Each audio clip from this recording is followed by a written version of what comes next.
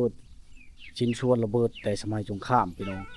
เพิ่นเอามานำไซปลูกพักใช่เนาะได้ผลประโยชน์ทุกคนนี่ไถควายตะกี้พี่น้องมีมาชบไถเนาะพี่น้องเนาะมีน้ำใจได้พี่น้องคุณผู้เฒ่าผู้ไทยฮะเนาะเวลามาพี่น้องมาแวะมายามนี่จะกินน้ำกินในเนาะพาข้าวพาน้ำอย่าง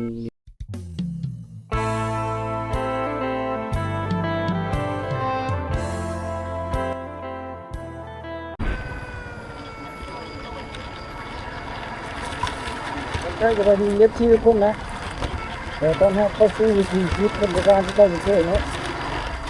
วิดีโอนี้จะเรากำลังเดินทางไปบ้านให้นะทุกคน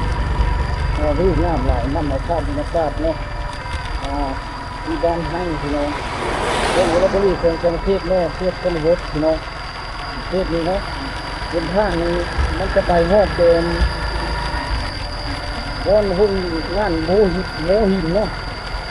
เรื่องถ่ายทุกคนมันจะเป็นทางเดินเนาะนี่จะเขาเอาหินลงไปใส่ที่พี่น้อง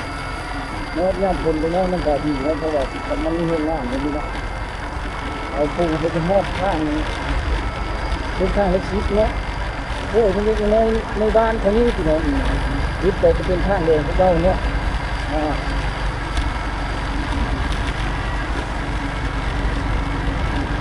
ธรรมชาติที่อยู่ในน้ำลายทุกคนเนาะที่มีน้ำครับนี่จะเป็นเส้นทางไปสู่บ้านให้เนาะสู่บ้านให้เนาะตั้งหน้าแบบต้นนี่คือดีแต่ก็ดีเนาะนี่โม่หินนะทุกคนรถหินโม่หินเนาะคนกระทบทุกคนเลย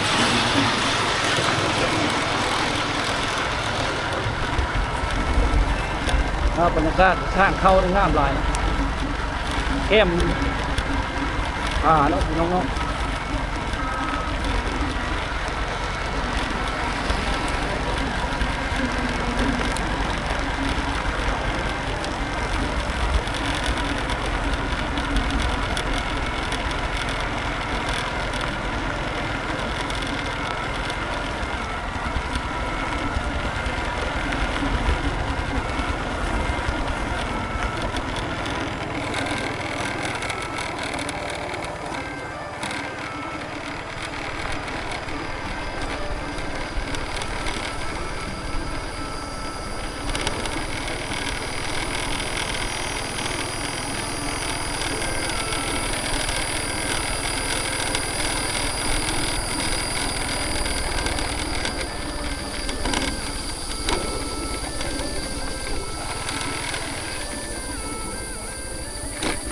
เขตนี้ยังอุดมสมบูรณ์พี่น้องโดยทรัพยากรเนาะธรรมชาติ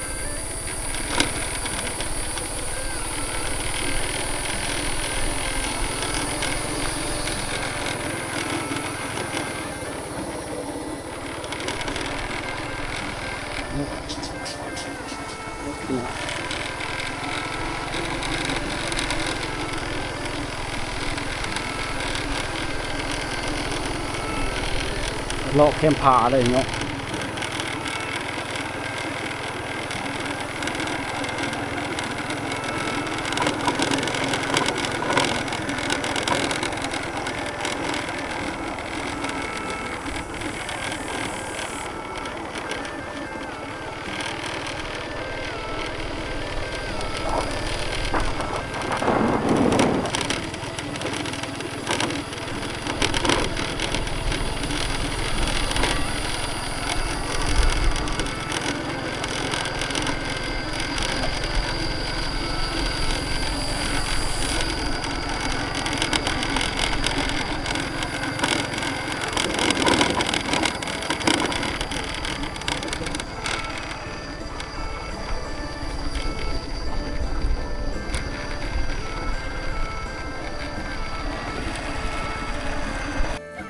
พอมาฮอดกับฝนตกทุกคนเนาะบ้านให้ชุ่มเย็นขนาด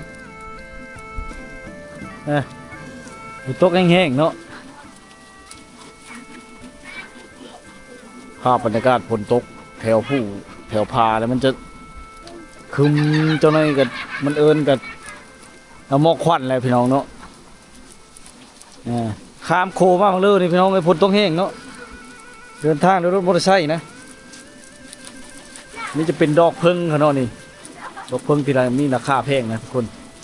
จะปลูกไว้นะทุกคนเลย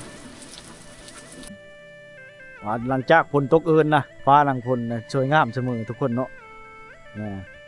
ไกลภูเขาหมู่บ้านนี่กันเนาะบ้านให้พี่น้องเป็นหมู่บ้านพุทธไทยเนาะหมู่บ้านพุทธไทยพี่น้องเลยฝนหากระตกเอินพี่น้องยิ้มยับอยู่เนาะคันใดเขาเจ้าก็เป็นคันใดยังบูห่านอยู่เลยทุกคนนี่เป็นเฮิร์นงามเนาะพี่น้องยังเป็นทรงบูห่านอยู่เนาะคันใดเขาเจ้าเด็ดพี่เด้อ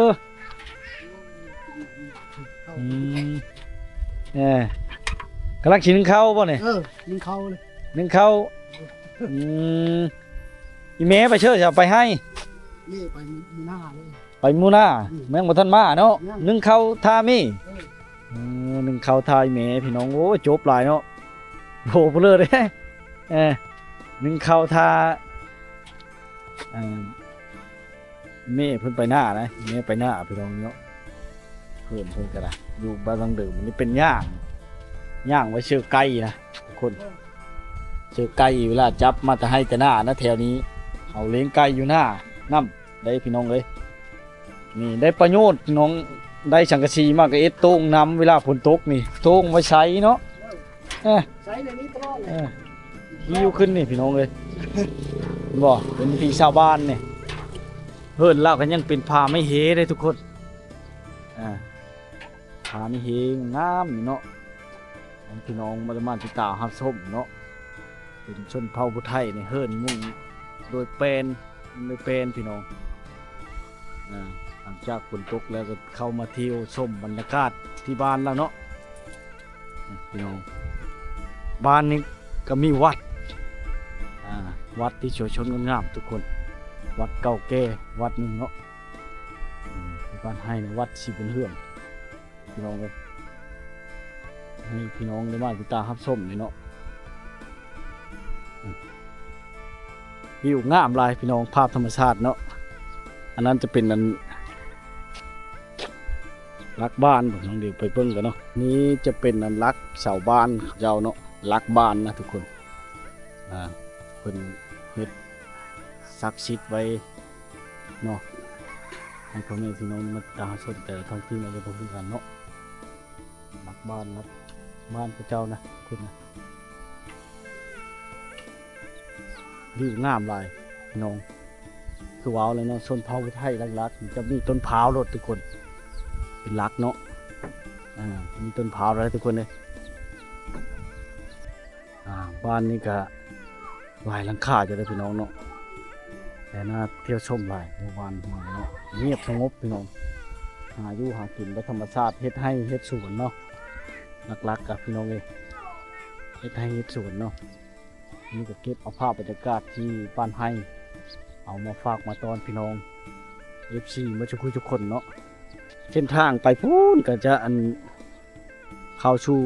บ้านผาพิล่างบ้านท่านนางเล่านะกลับไปใต้ขัวผ่านนั่นก็จะเป็นบ้านลูกบังนะทุกคนเนาะบ้านก็กว้างพอสมควรได้ทุกคนเลยเนาะเขื่อนชาติล้านแปรเขานี้ชนเผ่าไทยคือว่าอะไรจะง่ายพี่น้อง วัดศรีบุญเฮืองบ้านให้พี่น้องมือรับบุรีเนาะวัดที่มีความเจริญรุ่งเรืองพอสมควรเลยทุกคนเนาะเราเข้าเจ้านี่ง่ายเราคิดง่ายแล้วจะมีชาติเราแต่ละบอลเนาะมีชาติเราได้ทุกคนเพิ่นแบบส่งบุหานตะกี้เนาะนี่ทุกคนยังได้เบิ่งได้ชมอยู่เนาะเพิ่นส่งบุหานได้จังได๋บ้านนี้ก็ได้ไฟฟ้าแล้วทุกคนเลยเนาะโปะขึ้นแล้วเฮ็ดหลังพี่น้องนี่เพิ่นส่งบุหานตะกี้เขาเจ้าจะ เจาะเสาวางกลางนะทุกคนแล้วก็ใส่รีมเนาะใส่รีมเนาะ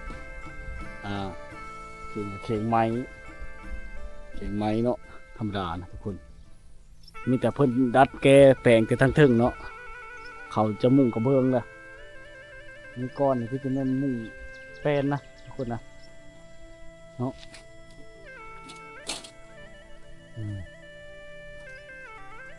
วางจะเหงาปูนลัดเส้นทางนี้ไปก็จะถึงบ้านนายมเนาะแต่ว่าจะเป็นดงทุกคนจะเป็นดงเนาะนี่ได้ประโยชน์เลยทุกคนน้ำสร้างเขาเจ้าเนาะถือว่าคุดบ่อเดียวเนี่ยจะใช้ใดหลายๆอันเนาะจะใช้ใดหลายๆอันทุกคนหลายบ้านหลายเฮือนเนาะมาใช้ในเบางซอที่6ถึงพี่น้อง6 7ใดเนาะ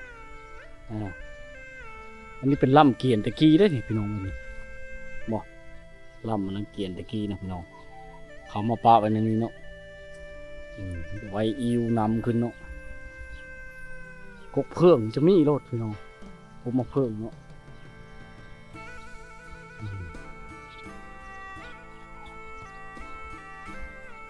บ้านเขาเจ้าจะยาวเยียดไปพุ่นเนาะ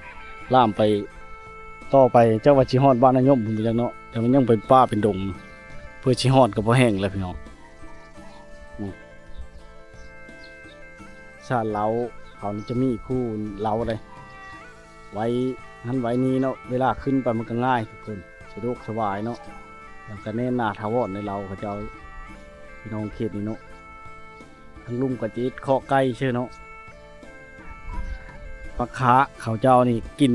ตลอดเฮ็ดเธอมันเป็นพุ่มมันนี่ป้งตลอดเลยพี่น้องเขตนี้เนาะเขากับมาเด็ดเอาพี่น้องคอกันแล้วพี่น้องเขตชนบทมีแต่คอกันเนาะปลาขาพังเน่าเนาะแล้วแต่ผู้เชี่ยว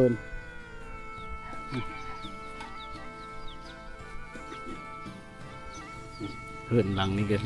ชมเป็นดังเดิมนะทุกคนนะโอ้เบิ้งช่างเด้พ่อเฒ่าเบิ้งช้างลิ้นโทรศัพท์ได้สัญญาณดีบ่บ้านนี่กะได้แต่ละเก้าเนาะหลัก7หลัก5มีได้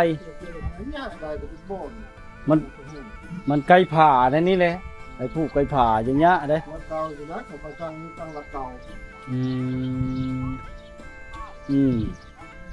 ห้องข้าวห้องอย่างนั้นเนาะ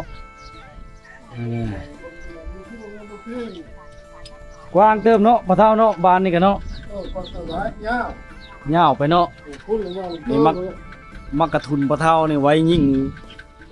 โง่ยิ่งแบ่นะเวลาไปหันไปนี้เนาะยิ่งโง่ตั้งแต่มือโปรคันให้จำโง่เดี๋ยวนี้เขาจับเลยเนาะจำมาแล้วนอนพังข้าว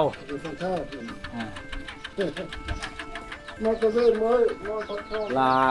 อยู่พายนี่พี่น้องชั้นนำไซเนาะหลายอยู่พายผู้เฒ่าก็ยังช้ำไซเนาะพี่น้องเลยเนาะคือชิชานทิพเข้าเนาะเห็นแต่ก้นตีนทิพเข้านี่เนาะช่วงนี้ไม่ได้ชานแล้วนี่ได้ชานแล้วช่วงนี้นะ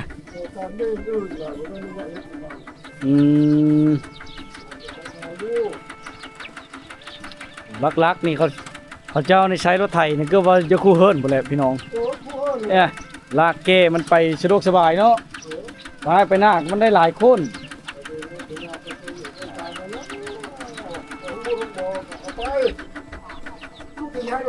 ไปห้องหมอเอาไปเนาะมากันจะพกไว้อย่างดีเลยนี่ทุกคนเลยรักษาเนาะจะมีโค้งจะยานมาโค้งวิทกิ้วเคินเนี่ยโค้งยังลิกล้มบ่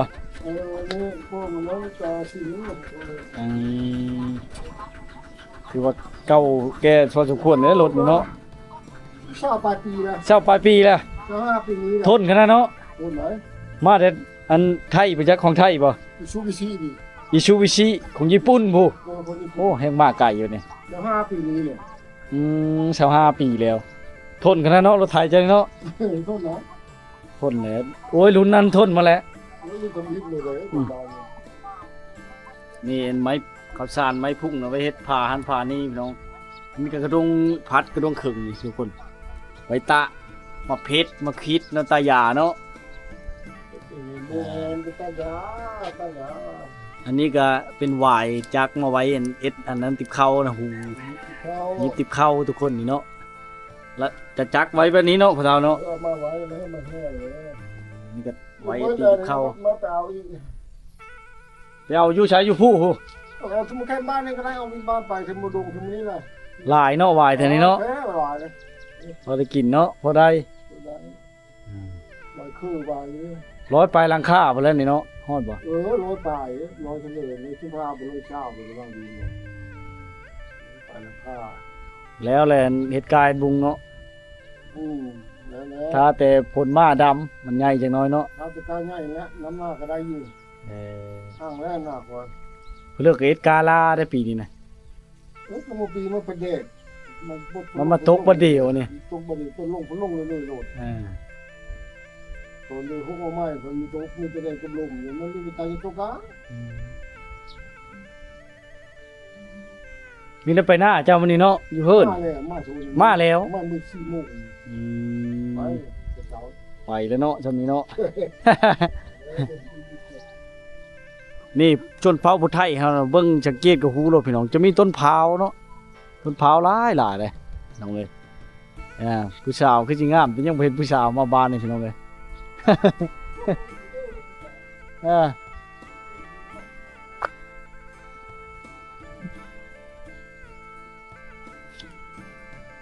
บางมงบางบ้อนเขากระปุเครื่องปลูกของพังพอได้กินเนาะพี่น้องเพราะว่ามันห่างไกลจากตัวเมืองเนาะ40 ปลายกิโลพุ่นแหละพี่น้องว้าพี่น้องนี่เนาะ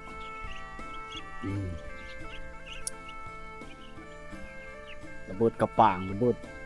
ชิ้นส่วนระเบิดแต่สมัยสงครามพี่น้องเพิ่นเอามานำไซปลูกผักใช่เนาะได้ผลประโยชน์ทุกคนนี่ในสมัยสงครามเวียดนามนะทุกคนเนาะ3 กระป่างทุกคนผักโบผักเขิมผักมีจักรงามปลูกใช้นี่เนาะมองใหม่ๆผมได้ประโยชน์เนาะของสมัยสงครามตะกี้ครับทุกคนเลยนี่ได้ประโยชน์ได้ทุกคนในสมัยสงครามเนาะหาเบิ่งได้ยากแล้วบางเฮิรนกับบ่มีแล้วเขาขายเฮเวทเฮืออย่างตะกี้เนาะบางเฮิรนก็ยังเอามาเก็บไว้ปลูกผักบุญญาพอได้กินทุกคนเลยโอ้เฮิรนเวลามาให้งามขนาดทุกคน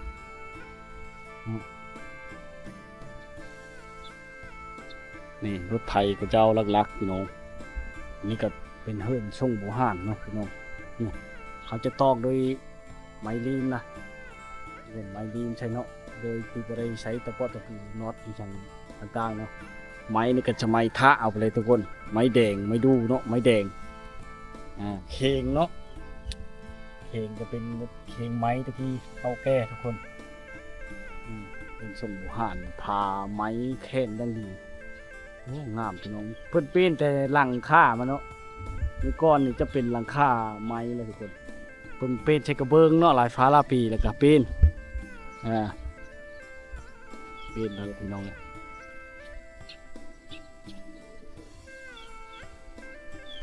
เพิ่นบางหลังก็ยังอันมุ่งเป็นเนาะเป็นที่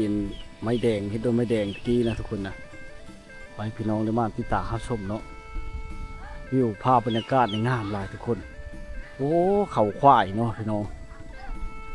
นี่เป็นเขาควายเขาจะประไว้ในศาลเราเนาะเขาควายตั้งแต่ดึกดำบรรพ์นะทุกคนนะโอ้เขาควายคาราบาว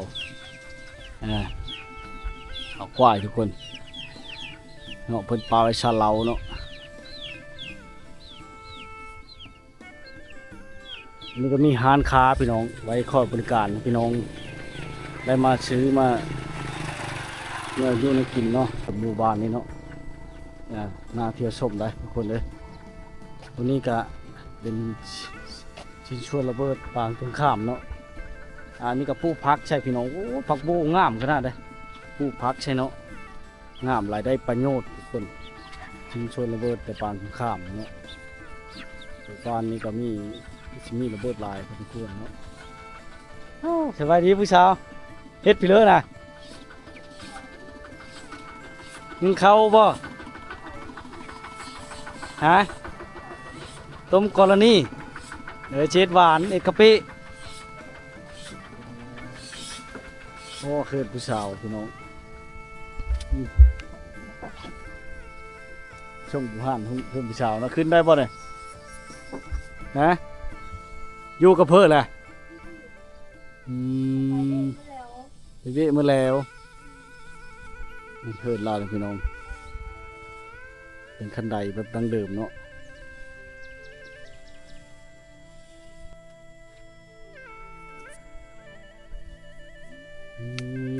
กำลังเอ็ดอยู่เอ็ดกินเนาะสีมันมืดพี่น้องมาเห็นผู้สาวบ้านป้าวันนี้สาวบ้านให้ทุกคนเรากำลังเอ็ดกินเนาะเอ็ดยังต้มหวานบ่เอ็ดนะ ต้มกรณี ต้มกรณีต้มข้าวเป๊ะ ต้มกะปิ ชื่อนี่เลยจ้ะ สมัย สาวใหม่พี่น้องยังโชดบ่ เอาโผแล้วมาเพื่อนโผได้เนี้ย มาเฮิรนโผ คอยอยู่ ต้มชูโผกินเราไปหน้าบ่ ไปเวิ เราไปวิไปอิดวิแล้ว เขาแค่เป็นไรเราก็มา นั่นเราก็มามันนี่เนาะก็เลยต้มท่าอีพอยเมไปหน้าโอ้ดุเด้อพี่น้องชาวผู้ไทยเนาะชาวบ้านให้ชาวบ้านป้าพี่น้อง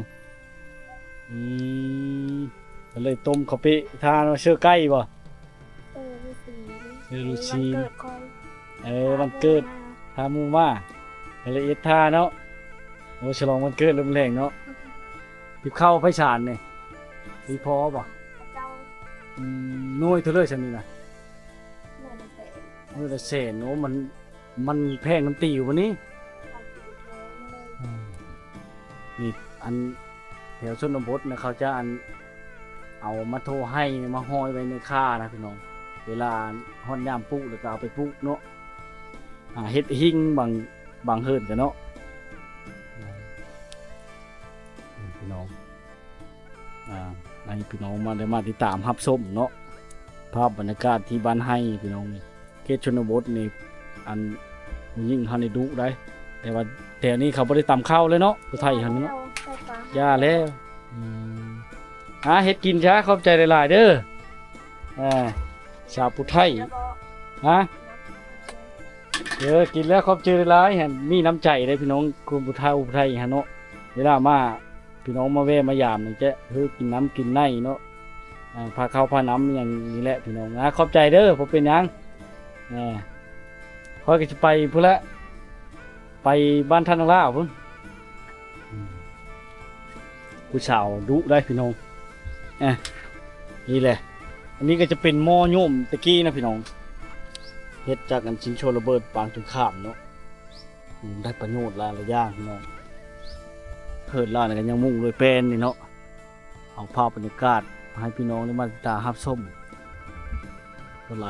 จะส่งดังเดิมส่งอาหารวิวงามหลายทุกคนหมู่บ้านให้เนาะ